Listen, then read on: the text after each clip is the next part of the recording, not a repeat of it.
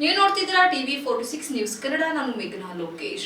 ಹಾಸನ ನಗರದ 80 ಫೀಟ್ ರಸ್ತೆ ಸಮೀಪ ಮಸೀದಿ ಬಳಿ ಗುರುವಾರ ಬೆಳ್ಳಂಬೆಳಗ್ಗೆ ಕೆಲ ಯುವಕರು ಬೈಕಲ್ಲಿ ಅಪಾಯಕಾರಿ ವೀಲಿಂಗ್ ಪ್ರದರ್ಶನ ನಡೆಸಿ ಸಾರ್ವಜನಿಕರಲ್ಲಿ ಆತಂಕ ಮೂಡಿಸಿದ ಘಟನೆ ಗುರುವಾರ ನಡೆದಿದೆ.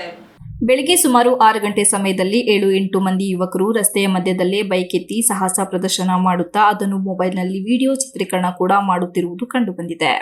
ಈ ದೃಶ್ಯಗಳನ್ನು ಇನ್ಸ್ಟಾಗ್ರಾಂ ಹಾಗೂ ಫೇಸ್ಬುಕ್ ಸೇರಿದಂತೆ ಸಾಮಾಜಿಕ ಜಾಲತಾಣಗಳಲ್ಲಿ ಅಪ್ಲೋಡ್ ಮಾಡುವ ಉದ್ದೇಶದಿಂದಲೇ ಇಂತಹ ಕೃತ್ಯ ನಡೆಸಲಾಗಿದೆ ಎಂದು ಎನ್ನಲಾಗಿದೆ. ಈ ರೀತಿಯ ಅಸಾಮಾಜಿಕ ಚಟುವಟಿಕೆಗಳಿಂದ ಕೆಲಸಕ್ಕೆ ತೆರಳಿದ್ದ ಸಾರ್ವಜನಿಕರು, ಶಾಲಾ ಕಾಲೇಜು ವಿದ್ಯಾರ್ಥಿಗಳು ಹಾಗೂ ಬೆಳಗಿನ ನಡಿಗೆಗೆ ಬಂದ ನಾಗರಿಕರು ಭಯಭೀತರಾಗಿದ್ದಾರೆ. ವೀಲಿಂಗ್ ಮಾಡುವ ವೇಳೆ ಬೈಕ್ ನಿಯಂತ್ರಣ ತಪ್ಪಿದರೆ ಸಂಭವಿಸಬಹುದಾದ ಅಪಘಾತದಿಂದ ನಿರಪರಾಧಿಗಳ ಜೀವಕ್ಕೂ ಅಪಾಯ ಉಂಟಾಗಬಹುದೆಂಬ ಆತಂಕ ವ್ಯಕ್ತವಾಗಿದೆ. 80 ಫೀಟ್ ರಸ್ತೆ ಮಾತ್ರವಲ್ಲದೆ ಎಂಜಿ ರಸ್ತೆ, ರಿಂಗ್ ರಸ್ತೆ ಹಾಗೂ ನಗರದ ಹೊರವಲಯ ಪ್ರದೇಶಗಳಲ್ಲಿ ಸಹ ಇಂತಹ ವೀಲಿಂಗ್ ಹಾವಳಿ ಹೆಚ್ಚುತ್ತಿರುವ ಬಗ್ಗೆ ಸಾರ್ವಜನಿಕರು ದೂರು ನೀಡಿದ್ದಾರೆ. ಕೆಲ ಯುವಕರು ಗುಂಪುಗೂಡಿ ರಸ್ತೆಯನ್ನು ಖಾಲಿ ಮಾಡಿಸಿ ಸಾಹಸ ಪ್ರದರ್ಶನ ನಡೆಸುವುದು ಸಾಮಾನ್ಯವಾಗುತ್ತಿರುವುದು ಕಾನೂನು ಸುವ್ಯವಸ್ಥೆಗೆ ಸವಾಲಾಗಿದೆ. ಸಾರ್ವಜನಿಕರು ತಕ್ಷಣ 112 ಸಹಾಯವಾಣಿಗೆ ಕರೆ ಮಾಡಿದ ಹಿನ್ನೆಲೆ ಪೊಲೀಸರು ಸ್ಥಳಕ್ಕೆ ದೌಡಾಯಿಸಿದ್ದಾರೆ. ಪೊಲೀಸರು ಬರುವುದನ್ನು ಗಮನಿಸಿದ ಯುವಕರು ಅಲ್ಲಿಂದ ಪರಾರಿಯಾಗಿದ್ದಾರೆ. ಈ ವೇಳೆ ಗುಂಪಾಗಿ ನಿಂತು ವೀಕ್ಷಿಸುತ್ತಿದ್ದವರನ್ನು ಪೊಲೀಸರು ಚದುರಿಸಿ ಪರಿಸ್ಥಿತಿ ನಿಯಂತ್ರಿಸಿದರು. ವೀಲಿಂಗ್ ಎಂಬುದು ಕೇವಲ ಟ್ರಾಫಿಕ್ ನಿಯಮ ಉಲ್ಲಂಘನೆಯಲ್ಲ, ಅದು ಜೀವಘಾತಕದ ಅಪರಾಧವಾಗಿದೆ. ಇಂತಹ ಕೃತ್ಯಗಳಿಂದ ಸಂಭವಿಸುವ ಅಪಘಾತಗಳಿಗೆ ಕಠಿಣ ಕಾನೂನು ಕ್ರಮ ಜರುಗಿಸಲಾಗುವುದು ಎಂದು ಪೊಲೀಸರು ಎಚ್ಚರಿಕೆ ನೀಡಿದ್ದಾರೆ. ಸಾಮಾಜಿಕ ಜಾಲತಾಣಗಳಲ್ಲಿ ಪ್ರಸಿದ್ಧಿ ಪಡೆಯುವ ಉದ್ದೇಶದಿಂದ ಜೀವದೊಂದಿಗೆ ಆಟವಾಡುವ ಪ್ರವೃತ್ತಿ ತಕ್ಷಣ ನಿಲ್ಲಬೇಕೆಂದು ನಾಗರಿಕರು ಒತ್ತಾಯಿಸಿದ್ದಾರೆ. ಇದೇ ವೇಳೆ ಅಜರ್ ಟಿಪ್ಪು ಸೇನೆ ಜಿಲ್ಲಾಧ್ಯಕ್ಷ ಮುಬಶಿರ್ ಅಹಮದ್ ಮತ್ತು ಜೈ ಭೀಮ್ ಬ್ರಿಗೇಡ್ ಜಿಲ್ಲಾಧ್ಯಕ್ಷ ರಾಜೇಶ್ ಮಾತನಾಡಿ ಕಳವಳ ವ್ಯಕ್ತಪಡಿಸಿದರು. ಇಂತಹ ವೀಲಿಂಗ್ ಬಿಟ್ಟು ಸಮಾಜ ಸೇವೆ ಕೆಲಸ ಮಾಡಿ ನಾಯಕ ಗುಣ ಬೆಳೆಸಿಕೊಳ್ಳುವಂತೆ ಸಲಹೆ ನೀಡಿದರು.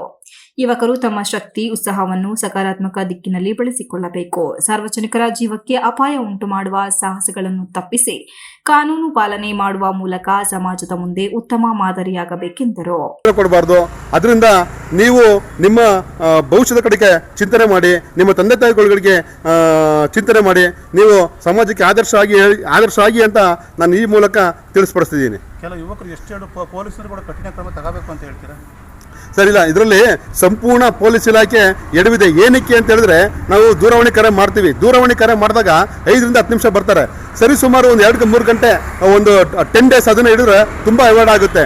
ಇದರಲ್ಲಿ ಪೊಲೀಸ್ ಇಲಾಖೆ ವಿಶೇಷವಾಗಿ ಪ್ರಿನ್ಸಿಪಲ್ ಮೋಹನ್ ಪೊಲೀಸ್ ಠಾಣೆಯ ವ್ಯಾಪ್ತಿಯಲ್ಲಿ ಸುಮಾರು 2-3 ದಿನದಿಂದ 3 ಗಂಟೆ ತನಕ ಗಸ್ತು ತಿರುಗಬೇಕು, ಒಂದು ಜೀಪನ್ನು ಸಹ ಇಡಬೇಕು ಅಂತ ಈ ಮೂಲಕ ಹೇಳ್ತಿದ್ದೇನೆ. ಸರ್, ನಾನು ರಾಜೇಶು, ಜೈ ಭೀಮ್ ಬ್ರಿಗೇಡ್ ಸಂಘಟನಾ ಸಮಿತಿ ಜಿಲ್ಲಾಧ್ಯಕ್ಷ ಇದ್ದೇನೆ.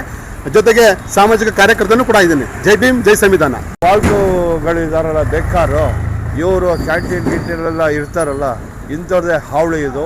ಇವ್ರಿಗೇನು ಆಗೋದಿಲ್ಲ. ಆದ್ದರಿಂದ ಪೊಲೀಸ್ ಇಲಾಖೆ ಇಂಥವ್ರ ವಿರುದ್ಧ ಕಠಿಣವಾದ ಕ್ರಮ ತಗೊಳ್ಬೇಕು. ಇವರ ವಿರುದ್ಧ ಇವ್ರ ಜೀವನ ಹಾಳು ಮಾಡ್ಕೊಳ್ಳೋದಲ್ಲ, ಪಲ್ಯೂಷನ್ ಮಾಡ್ತಾರೆ, ಪೆಟ್ರೋಲ್ ವೇಸ್ಟ್ ಮಾಡ್ತಾರೆ, ವಾಹನ ವೇಸ್ಟ್ ಮಾಡ್ತಾರೆ. ಇದರಿಂದ ಜನರಲ್ಲಿ ಜಾಗೃತಿ ಆಗಬೇಕಂತ ನಾನು ಈ ಮೂಲಕ ಸರ್ಕಾರಕ್ಕೆ, 80 ಫೀಟ್ ರೋಡು, ರಿಂಗ್ ರೋಡು, ಈ ರಸ್ತೆ ಯಾಕಾಗಿದೆ, 80 ಫೀಟ್ ರೋಡ್ ಆಗಲಿ, ಒಂದು ರಸ್ತೆನ ಉನ್ನತೀಕರಣ, ಅಭಿವೃದ್ಧಿ ಯಾಕಾಗಿದೆ ಅಂದರೆ ಜನಸಾಮಾನ್ಯರ ಸಾರಿಗೆಗೆ ಸಂಚಾರಕ್ಕೆ ಸುಗಮ ಆಗಲಿ ಅಂತ. ಇಲ್ಲೇನಾಗ್ಬಿಟ್ಟಿದೆ ಸರ್, ಇದು ಈ 80 ಫೀಟ್ ರೋಡ್ ಆಗ್ಬೋದು, ಈ ದೊಡ್ಡ ದೊಡ್ಡ ರಸ್ತೆಗಳು ಇದು ವೀಲಿಂಗ್ ಆಗಿ ಮಾತ್ರ ಆಗ್ಬಿಟ್ಟಿದೆ ಏನೋ ಅಂತ ಅನ್ನುವಂಥ ಒಂದು ಪರಿಸ್ಥಿತಿ ಇದೆ ಸರ್.